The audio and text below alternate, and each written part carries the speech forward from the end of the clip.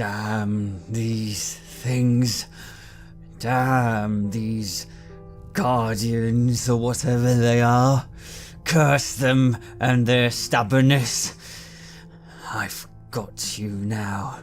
You are within my reach, and once I have you, none of them will be able to stand against me. None!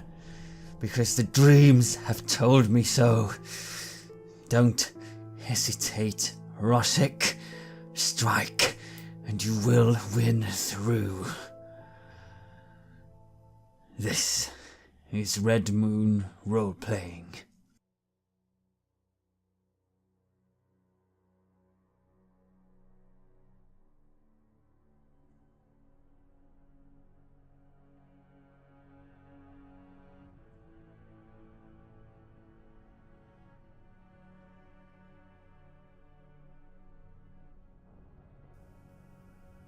The heavily armoured opponent rushes towards you, Rosek, his blade, his greatsword, gleaming for a moment in the dim light in the room. He surges forward and brings his blade directly onto your shield. The ricochet, feeling quite intense. This is a very powerful foe. Unfortunately, you are not able to fend off his secondary attack as he drives his blade straight through the top of your arm, causing a very large gash to appear and start to bleed out. You take 20 damage. I grit my teeth. Try to steel myself. I need to keep focused on this one. Maybe I won't be able to get down the sword while he's attacking us. Rosek, it is your turn. What do you do? Well, since my foe is basically in my face again, I'm going to try and keep him at bay. Maybe we can bring him down together and then I can get the sword. I was going to go for picking up the sword first, but he's just too close and I don't dare turn my side to him. So I go for another attack. Roll your attack. I see him gleaming from the guiding bolts of my companion, and that helps me find my mark. So I roll 21. That's a hit. Roll damage. 11. Your blade once again strikes true, driving straight through his shoulder. You withdraw your blade instantly. Certainly stabbed him through the shoulder, but he doesn't seem to be reacting much to it. I didn't expect too much of a reaction yet. This is probably a very powerful foe. But I still think we might be able to beat him. This is why we're sent here after all. Or is it? I hesitate for a moment, but just a moment until I bring down my sword again. 24. Roll damage. 8. And again you keep up your assault on this creature. You notice that its armour is starting to dent a little under your assault, and it is certainly losing little bits of itself. You know, it doesn't seem to be replenishing what you're stabbing at. Perhaps you are causing some damage, after all. What else do you do? I try to keep my breath going and flowing through the attacks. But this is all I can do for this turn. Roman, it is your turn. I see this battle that is happening, and again the fear, it comes back. The fear that this is not something that we can handle. This is more than we can handle, and this time it feels even more real than in our meeting with the spiders. I close my eyes and I pray to Lathander to open a channel to Esmeralda's mind, to send her a message. I cast the spell Sending. Indeed, and for a moment you feel your message connect with Esmeralda. What do you say? You have a few words to share with each other. Esmeralda, Roman, blade found, 3rd floor, secret throne room, guarded, powerful revenants. Engaged battle, need distraction, way out. Main entrance, this time it's bad. You hear an affirmation in your mind, as the spell allows a brief moment of interaction with both sides. Understood. We are coming. I also look around now. I am standing some distance from Roshek and this large armor-clad being. There were other beings here as well, yes? The man who guided us here, are they holding back or are they approaching? You look to the right to see the entranceway where they were positioned. For the moment, they seem to simply be watching. You see one of the revenants, the one who brought you up, simply watching impassively. You see the one with the hair. His expression looks a little different, slightly unreadable to most, but with your insight. A look of sorrow on his features. Strange. You also then notice through the walls, figures starting to emerge through them. Ethereal, spectral. They have swords and shields. Spectral and intangible as them. They are these ghostly warriors you saw outside. You see 4 of them starting to approach, anger in their expressions as they raise their hands to defend their leader. But then they pause. You look down and notice that the icon of Ravenkind is still glowing, very slightly. Its ability you activated still active, if only for a few moments more. While it seemed to have no effect on this being before you, these spectral entities are repelled. They snarl, but then instantly retreat, appearing back into the walls and vanishing into the ether. Good. I look at it and I thank Lathander. And I wait. I wait for my next turn. Meanwhile, Roshek, Vladimir has not been affected, it seems, by any of these attacks from Roman, except he still seems to be sizzling a little, actually, you notice, from those bolts earlier. He is, of course, starting to lose that sheen of glow about him now, and he assaults you. And he brings down a barrage of blows upon you, smashing your shield aside and advancing heavily. He drives his blade straight through your upper shoulder. The pain is incredible. You take 40 damage from 2 hits. I stagger at this, and I fall to the ground, and I use my relentless endurance, my orcish blood barely keeping me alive from this powerful attack. But it's so powerful that I can't do anything more. I can't do nothing but submit to this foe. I can't win this fight. I try to disengage, and I shout out, "Fine. Have it your way." I yield. You disengage, staggering back from the opponent in front of you. Where exactly do you go? Do you head in the direction of Roman, perhaps?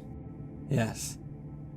And this man, Vladimir, you seem to recall now that that was perhaps what the other called him. Yes, Vladimir was the name.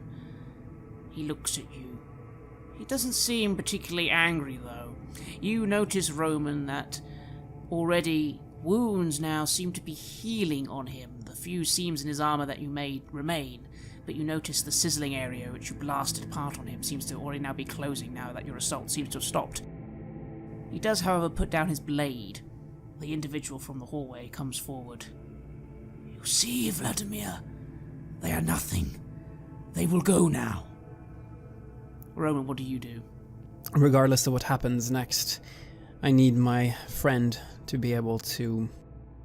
Yes, to be able to stand against whatever challenges we face. I lift up my holy symbol and I channel divinity, and I bring back 30 hit points to Roshek. Indeed you do, and Roshek, you feel an immense relief. That gaping wound in your shoulder closes up almost instantly. You are still feeling quite dizzy, but you suddenly feel very far from death's door, which a moment ago you feel without his aid you would have been very, very close indeed. I gasp, and I feel the resolve, but no. I too saw these apparitions lurking within the walls.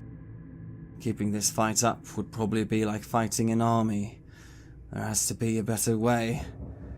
I lower my blade as well, and I look at them expectantly.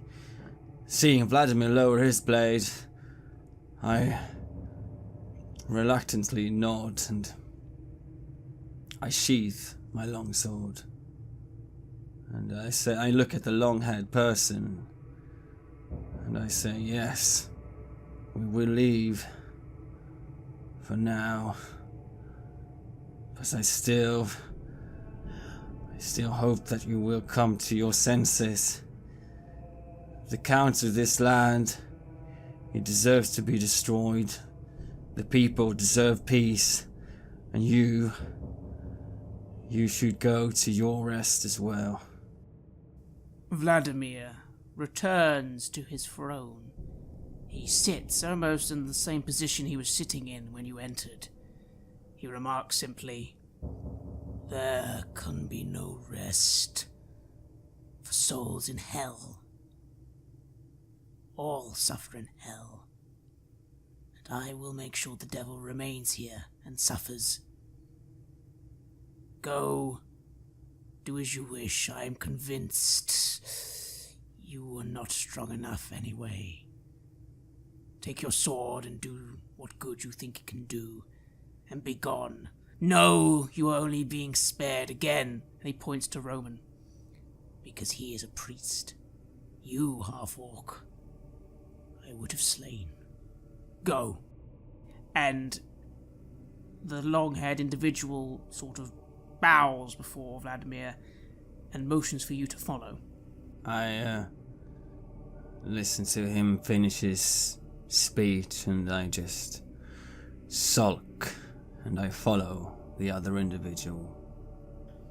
We have no choice here. Must go. I look towards the blade on the wall again, longingly, and then I turn my head around and follow the long-haired man. He leads you back outside into the hallway. You notice the other 3 revenants seem to have taken up guard positions and are now standing quite firmly aside. The doors, they seem still as statues once again. As the long-haired individual closes the door behind him, the secret passage clinking back, he regards you and sighs. "You must understand. Your words mean nothing, only because they cannot hear them. You cannot convince them with words or deeds. They need to see the light once again. The light, not a spell, but the true light. That might recall us to who we once were." Well, will the sun come out? Isn't the only way for the sun to come out to defeat the Count? I look at him. My eyes are glittering, almost as if I would be on the verge of crying in frustration and anger. It's so... We've been led this far, and then it feels just as if I was on a path that sort of have been taken from me, and I'm so frustrated. Sunlight, you say? The actual sunlight? Would that do it, or would we need to change this entire land to bring back the light completely? Isn't that impossible? Don't we need to get rid of the Count to do that? I nod agreeingly, as in this was what I meant. I'm touching the icon of Ravenkind. I know what it can do. Would it be enough? would that convince him? To show the light of the old sun? Would that do it? Could it really be that simple? The individual shakes his head. No. You know the true light. I can't remember. I only... He pauses and he seems to have difficulty speaking. I loved something once. I think I loved him. I can't remember. I know it's the only reason I remember more than the others. I cannot help you, I'm sorry. I wish I could. Roman, as you were speaking to him, and he is speaking to you, you can't help but look ever so slightly to the right of you. This hallway continued for a little while more. There were some doors leading off, and then some rubble on the right-hand side seems to be a part of the roof that's collapsed in. But at the very far end of this corridor, you notice something. The figure. The figure you saw in the chapel. The one cloaked in darkness. You see it again. It's watching you. It has an expression on its face. Its face you can see almost clearly for a moment now, clearer than before. It is not the face of some malevolent entity. It looks like the face of a person. It's looking at you, and then it turns away, wispy black wings appearing for a moment, and it seems to disappear into a room at the end of this hallway. I recognized that being. Did you see it, Roshek? The one over there. It's gone now. Did you see it? Did I? You did not see it at this point, but you do remember seeing a being in the chapel. Is that the one he's referring to? What was it? Was it the big shadow with the wings? Yes, it was. That it was. It is there. Perhaps it has answers. But before then, there's something I need to take care of. I close my eyes and I again reach out to Esmeralda. And I cast Sending yet again. And the message is, we cannot win this battle. Stand down. We will come out to you. Hopefully we can find another solution to this. A few seconds of silence are followed by an affirmative. Very well, we had just entered. We sense great evil nearby, but nothing in this hallway. Very well then, we will go back outside.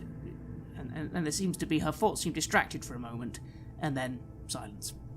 Yes. While he's doing this, I'm talking to the person with the hair regarding this entity, and I ask him, what other things reside here? We saw some sort of shadow on the way in the chapel, a thing with large wings. He just looks at you in confusion. We are here. The dead. Us. Many of the others cannot assume form. I do not know what you speak of. Interesting, I think to myself. I nod towards Roman and I ask, do you mind us moving around a bit? We saw something down the hall. He tilts his head a little and remarks, You must go soon, but you can walk a little more, I suppose, as long as you are exiting as soon as you can. Yes, we will be on our way. Be aware how lucky you are. If it was just you, we would all have been ordered to slay you. It is only because of the priest you have been given this clemency. I shrug and I sort of steel myself, pulling a deep breath, and I use my second wind to try and recover a bit of hit points, just trying to bring back my focus again. indeed, and you feel already more invigorated. You do thank your lucky stars that you have a cleric, though. There are times in the world where lack of healing magic can be a very dangerous thing.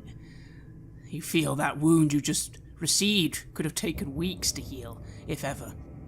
I think about this and, I feel defeated. Come, Roshek. Perhaps that being will have some answers, perhaps a way through this. We need that blade. We cannot. No, we need it. We need it. We cannot progress without it. There is no way to defeat the Count without it. I know, I say as we move towards the entrance. I don't know how we'll get it, but... well... maybe this is something else. I'm a bit wary, though. It does look something else that could be quite powerful. Yes, I think anything that we will encounter in here will be powerful. But perhaps it can be reasoned with. Let us see what it wants. And, yes, we moved towards the room that it entered. Is there a door there? Indeed there is. You begin to move down the hallway, noting then, after only a few moments, immediately to your right, a very large area of collapsed rubble. It seems like a very large portion of the ceiling has completely fallen in, making passage to the right now very difficult if you'd gone that way. You think to yourself perhaps that was where the original entrance to the chamber you were just in was.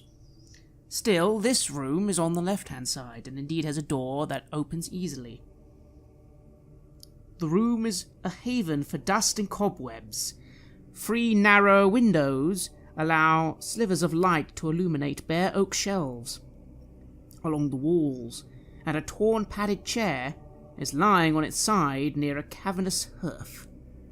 A picture above the mantel has been slashed, its lower half hanging down below the frame like a torn piece of flesh. An iron door sits in the south corner of the west wall, hanging open on one hinge. This room looks to have been particularly ravaged.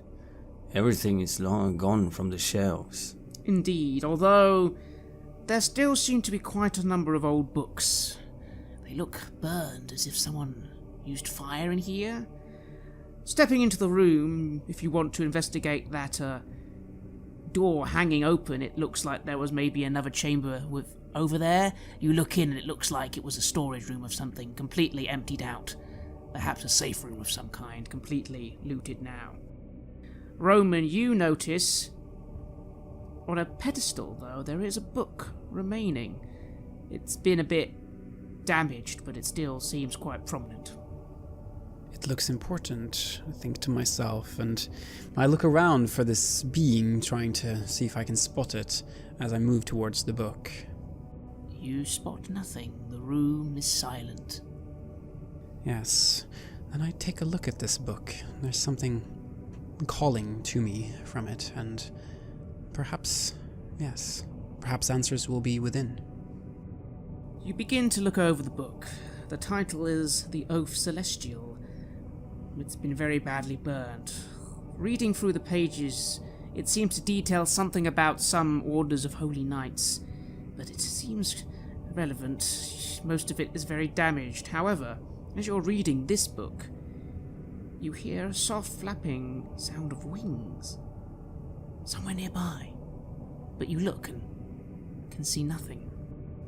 You then notice a single piece of parchment blowing off one of the bookshelves, sort of almost as if a gust of wind blew it, and it seems to fall gently at your feet. A message. I pick it up. I look over his shoulder, curious. Did I hear this wing flap as well? You're not sure, possibly. I keep my hand on my sword hilt, very on my guard, but I want to see what this is too. Standing tall behind Roman, I easily look over his shoulder as well to be able to read.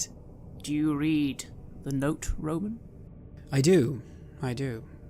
Is it from an old book, or is it a message written recently? It appears to be from an old book, torn from it. It reads as thus: My knights have fallen, and this land is lost. The armies of my enemy will not be stopped by sword or spell, claw or fang. Today, I will die, not avenging those who have fallen, but defending that which I love, this valley, this home, and the ideals of my Order of the Silver Dragon. The evil surrounds me. The time has come to throw off this guise and show these heathens my true fearsome form. Let it spark tension and terror in their hearts. Let them tell this story of dark triumph against the protection of the Balanok Mountains. Let Argynvost be remembered as a dragon of honor and valor. My one regret is that my remains will not lie in their rightful place in the hallowed mausoleum of Argynvostholt. No doubt my bones will be scattered among my enemies like the coins of a plundered hoard, trophies of a hard-won victory. Still, I do not fear death. Though my body will die, my spirit will live on. Let it serve as a beacon of light against the darkness. Let it bring hope to a land wrought with despair. Now, to battle. And it stops there. There's no signature? There is, actually. The letter A has been scrawled at the bottom. A. Perhaps our friend with the long hair might be able to shed some insight on who this may be. The man in the armor was Vladimir, yes? Not A, so... Indeed. Yeah, you're right. Although you do notice that in the letter there is also an A. Argynvost. Interesting. Did you, are you sure you saw the being move in here? Yes, he flew in here. Wings, it's... This must be of importance.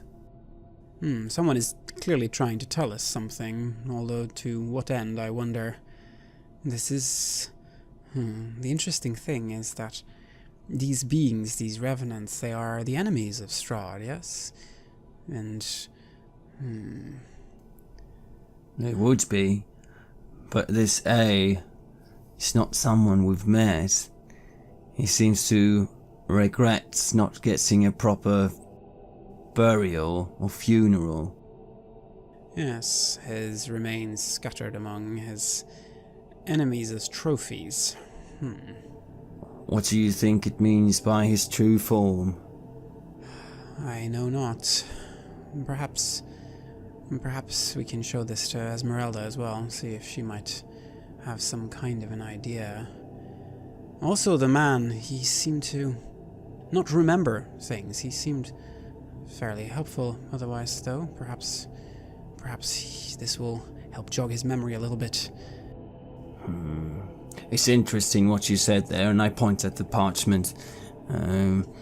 It's interesting with the, what you got there. The remnants scattered among my enemies like trophies.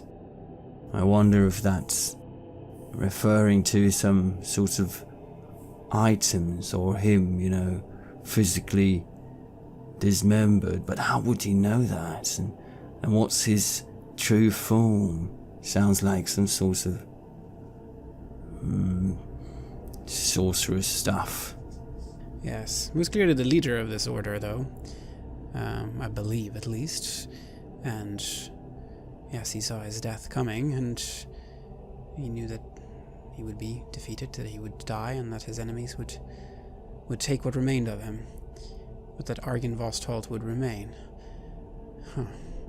Well, I don't know if we can find any further answers in here. I look around again for that being, and I say a soft, "Hello? Show yourself." You do not see anything. You do look to that picture, though. The one slashed in two. On closer inspection, you notice it is Argynvost Holt. You can recognize the towers, although in this picture all four of them are standing proudly. And from the tower, there is a light, bright, welcoming, strong. That tower once shone with a brilliant light. Is that the tower that has collapsed? No, that is the tower, the central tower, the one you could see into from the chapel. That is where we must go. That is where we must go, yes. We can bring the light through there. I have this icon.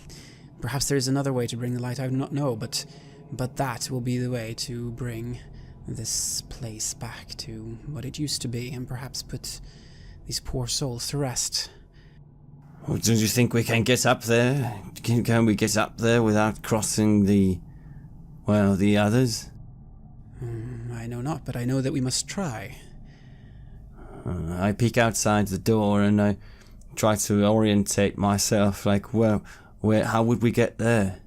Well, looking outside the room, there was at the end of this hallway a little further on another door, possibly leading to a staircase. It had the look of a staircase door, that small little arched frame. We don't know where that would lead. Your idea is interesting, Roman, but one thing does suddenly recall in your memory. The guy outside did say something earlier about your items not being enough, your words not being enough. Yes. Perhaps there is something there. In the tower itself. That can be lit, you mean? That's the only thing that I can imagine. Otherwise, there would be something else, somewhere else, but how would we find that? How would we get to that? Well, maybe whatever we find in the tower can give us an idea what to look for, then let's go. Yes, if it has been taken from there, perhaps there is traces away from there. I set off towards the archway. Very well. You step out of the room. You look down to your right-hand side at this point, noticing all the way at the other end of the hallway. The Revenants still waiting, watching. But as you head to this other doorway, they do not seem to be too disturbed. As you head and notice a spiral staircase leading up. Huh. Interesting. Interesting that they're not following, I think to myself. And I start moving up the stairs. I sensed sorrow from them. I am not certain that they're all as committed to clinging on to this hatred as their leader is. Perhaps we will be doing them a favor. Me, on the other hand, I feel almost a hatred for them, for having defeated me this way, almost disgraced me. It's not just thoughts that fly through my mind, or even I might not even be unaware of it, but as I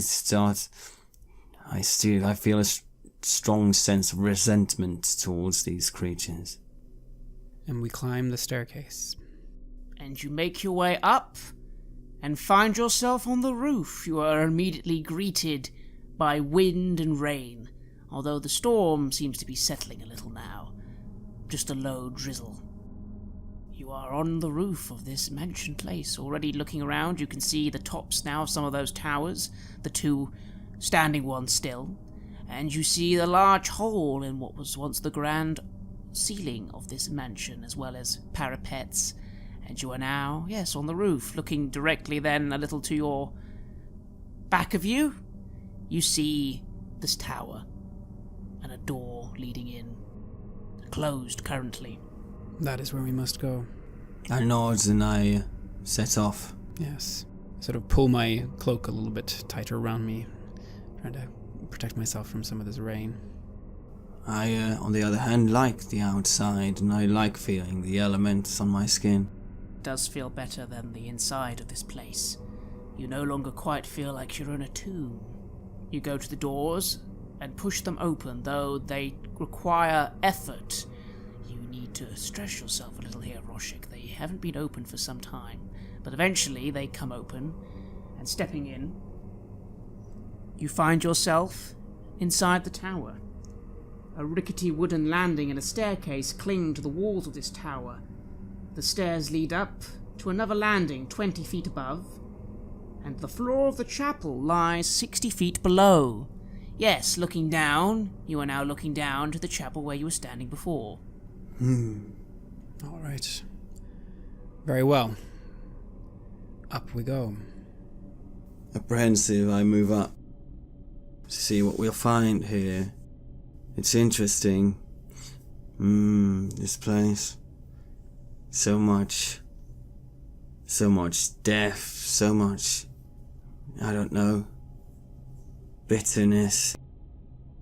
All these beings just standing about, doing nothing. Clinging on to their hatred. That is the only thing keeping them, well, alive would not be the right word, but keeping them here, I suppose. It must be a horrible existence. I wish they would listen to us. I wish they would listen to our words. They deserve rest. Well, they are fighters for good. They are people who stood up for what is right and just in this world. And, yes, they even pray to Lathander. I really wish to give these people peace. Peace and rest, yes. That is what they deserve. That is what we all deserve one day. I nod. I doubt they'll be able to bring it to themselves, though. Feels like someone will have to intervene if something's actually going to happen in this land. We must open their eyes, Rorschach. We must make them see the light. I hope we can do that up here, but I don't know. Something tells me it will not be that easy. Speaking of easy, as you move up the stairs, you notice that they start to creak a little. These are no longer made of stone, but old wood as you go further up. The floorboards are starting to creak, rather unsettlingly. What do you do? I halt my steps for a bit, just feeling this under me, and I look towards Roman. Yes, perhaps we had better put away whatever weight we're carrying now that is not absolutely needed. I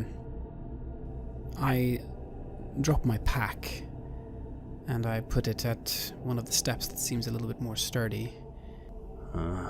I nod and I take my pack off as well, and my shield. Longsword is still in my hilt, but in its hilt. But I try to move close to the wall, away from the middle of the steps, just hoping that it will hold my weight. Yes, and I move behind him, close, but not too close, ready to hopefully be able to grab him should he fall, and, well, being in a distance where he could perhaps do the same for me. You certainly both get a sense of vertigo as you continue to scale upwards. However, those creaks seem to come a little less now. Now that your weight has indeed been lessened a little by leaving some of your things just a few stairs down. The wood continues to creak, but eventually, slowly moving up as you do, you come to the top of the tower with no incident. I breathe out. Well, that was an exciting climb, was it not? I look around to see what I see up here. Wooden stairs finally climb to the tower's peak, which is a stone floor and a 30-foot high pitched roof. Ravens roost on criss-crossing rafters, coming and going through small holes in the roof. Your arrival seems to have disturbed some of them and they start to fly about, but they are no harm to you, they are merely ravens. 10-foot high, 5-foot wide arched windows are evenly spaced around the walls. Each window consists of a lead latticework, fitted with small panes of transparent glass. They once would have been quite colourful, Roman, you feel, though age has dulled those colours. I study them closer. I'm trying to find something in here that may be able to bring light. Is there windows here as well? Something that would allow the light to come out, or...? Yes, those 4 windows are very large. You can see, moving over to them, quite a view. Indeed, this whole little tower, if something were lit in it, would give out light. But you do not see anything that you could light. It is simply an empty room, for the most part.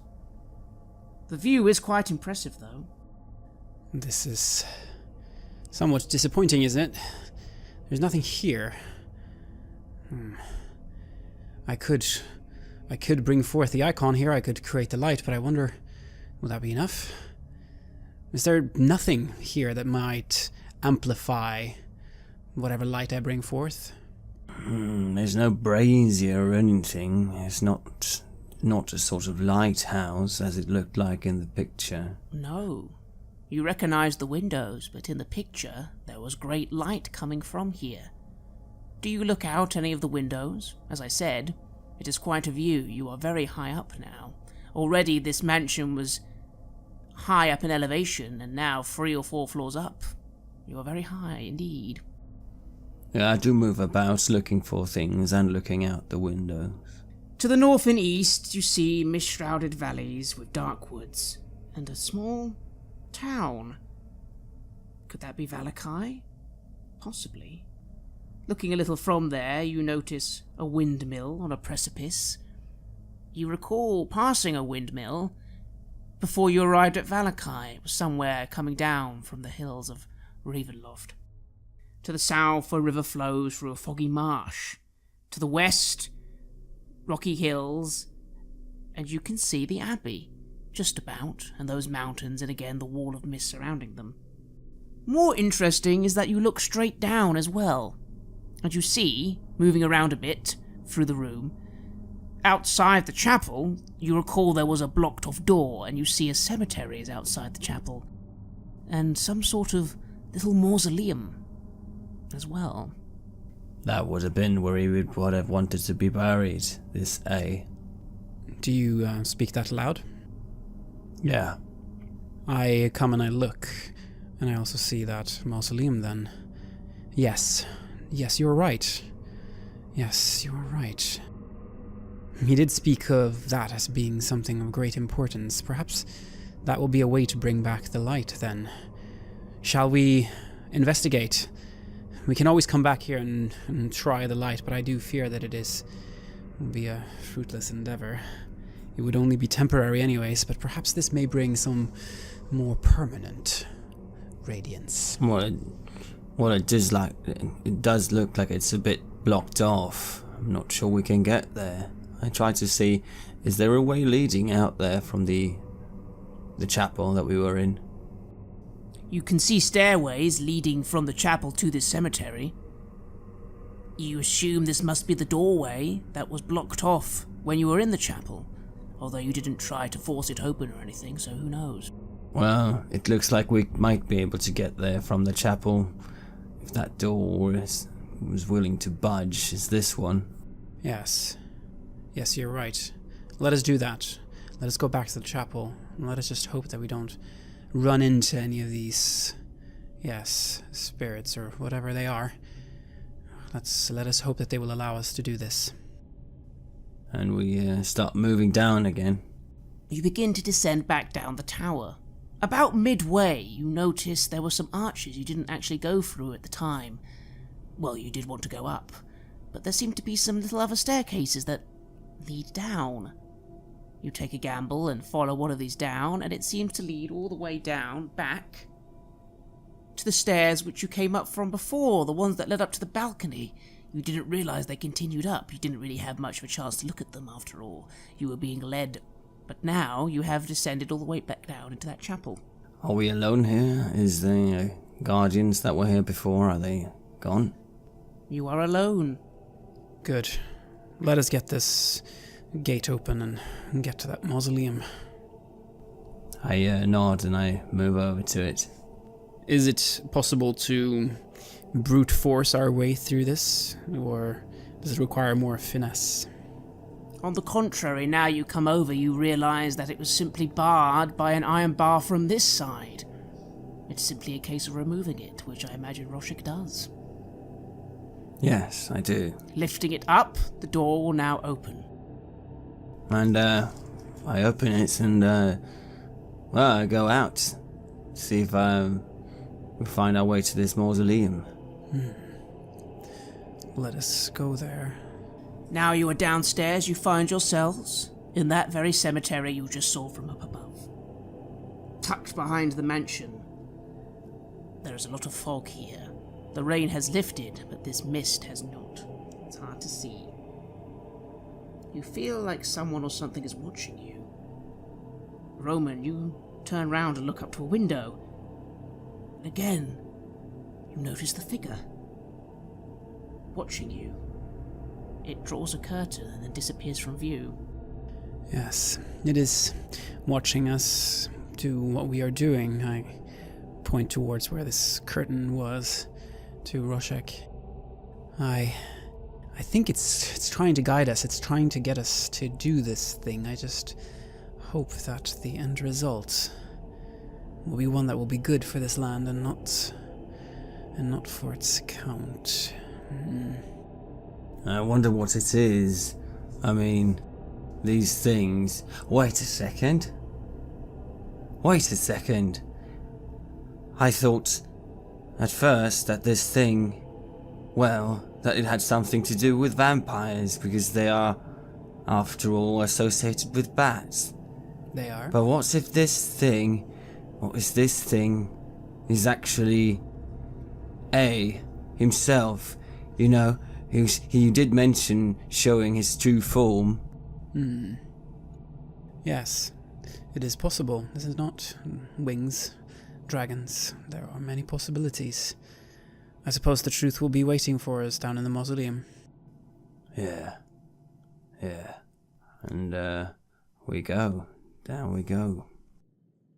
You would notice now as you move amongst the graves, many of them have been disturbed.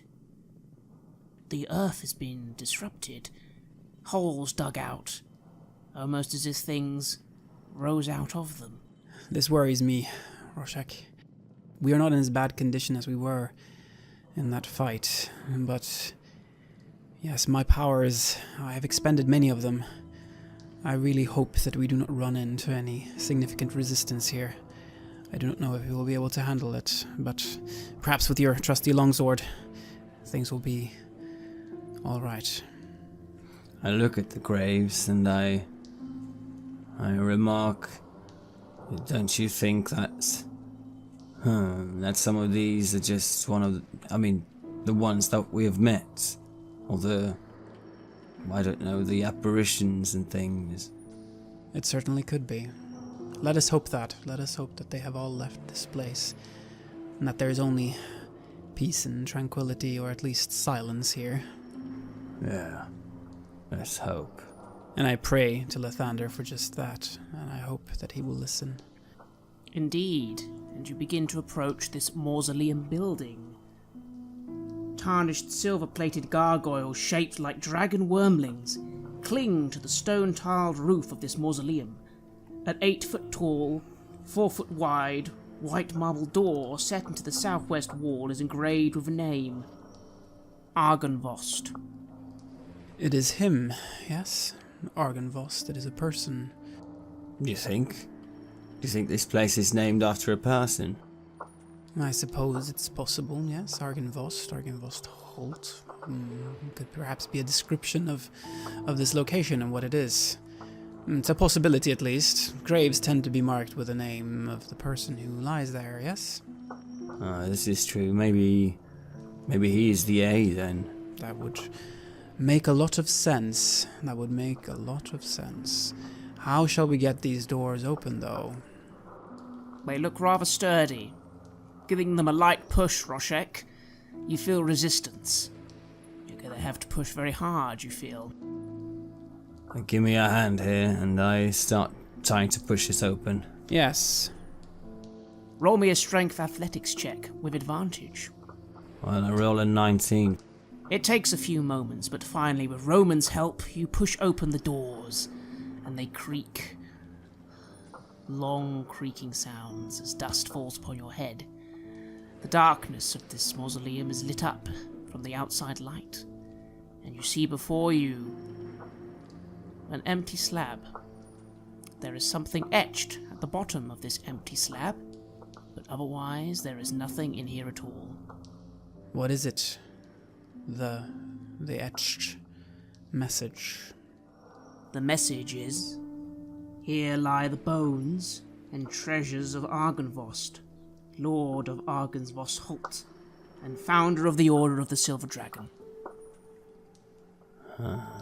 Do you read this aloud? I do. Yes, but there is nothing here. I wonder if he's supposed to be lying at rest here on top of this slab of stone. Yes, that is what he said that he wished for, but that every piece of his remains would be taken by his enemies, and as a result of that not being possible. Considering his enemies are dire wolves and I don't know what other critters, they could be all over the land. Yes. I must confess, friend, I'm at a loss for what we shall do next. I do not see how we can find the remains that have been scattered, throughout these lands. I do not see how that would even be possible. A lot of time has passed as well. It would be a long quest indeed. In that last fight, you paused for a bit. Why did you do that? I paused.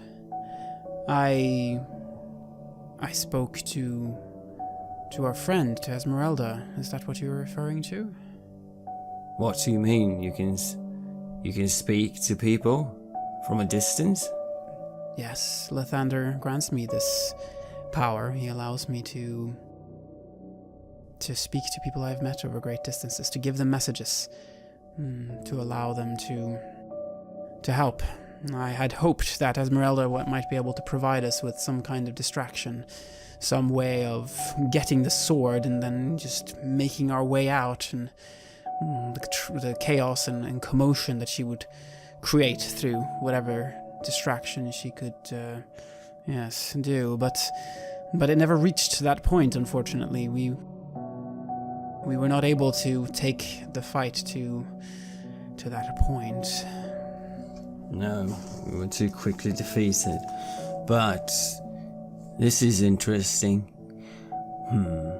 The only other person I could think of that could help us is this vampire hunter, this Rudolph. Could you send him a message, do you think? I could, but I must rest first. My powers are almost expended, all of them. I am not able to do that at this time. You feel a shadow pass over the front of this mausoleum. I turn around and I clutching my sword hilt. Who's there? I must rest. You must help me rest. I turn to look at Roman. And so we will. We want nothing but to allow you to rest. But tell us, Argynvost, tell us, how can we do that? How can we give you the rest that you deserve? Your remains are scattered across this land. What must we do? No. They are not scattered. They are collected. He has them. Vladimir? Oh, the Count? I say at the same time as Roman says Vladimir. Bring back my jewel. Bring it here, and my light will shine again, and they will remember. Oh, jewel. Is it in the castle? In Ravenloft? Castle Ravenloft? Yes. Yes. And the wind and rain pick up, and the voice falls silent. I turn to Roman. Do we think we can figure out where? We've got the maps. I mean, at least pieces and bits of pieces of the designs of Ravenloft. Yes, we do. We do. We have it. Let us find a place with where we could study this. We need to anyways rest. There's nothing further for us here. We cannot best Vladimir and take the blade. And we must not outstay our welcome here. They want us out and, well, time has passed. Right.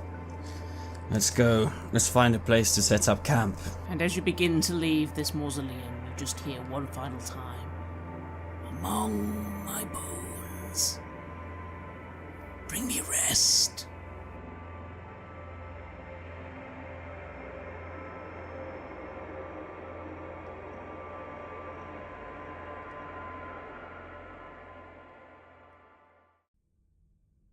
You have listened to an episode of Red Moon Roleplaying, where we play the campaign Curse of Strahd for Dungeons & Dragons 5th edition.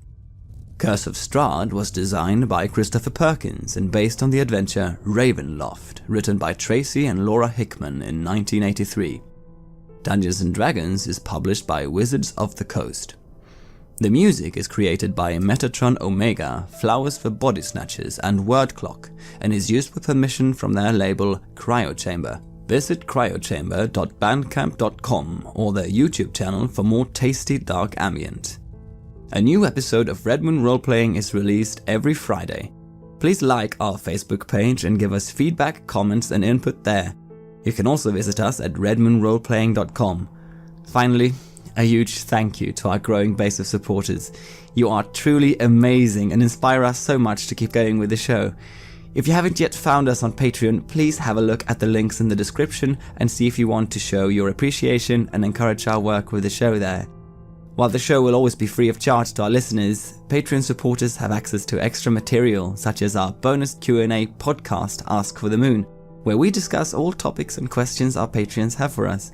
You can even get access to the full-length, raw and unedited versions of our gaming sessions way before they are released as finished episodes. Thank you for listening. Looking forward to meeting again next week.